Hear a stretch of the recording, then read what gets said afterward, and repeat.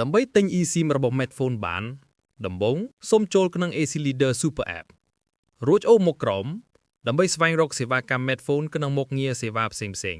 សូមបញ្ចូលលេខសម្ងាត់ហើយចុចអាននិងយល់ព្រមតាមលក្ខខណ្ឌចុចលើប៊ូតុង Medphone eSIM ចុចលើពាក្យឧបករណ៍អាចប្រើ eSIM បានដើម្បីពិនិត្យឲ្យបានច្បាស់ថា model ទូរស័ព្ទរបស់អ្នកអាចប្រើប្រាស់ eSIM បានដែរឬទេអាចបញ្ចូលលេខទូរស័ព្ទដែលចង់ស្វែងរកទិញឬចុចប៊ូតុងស្វែងរកពេលឃើញលេខដែលពេញចិត្តហើយ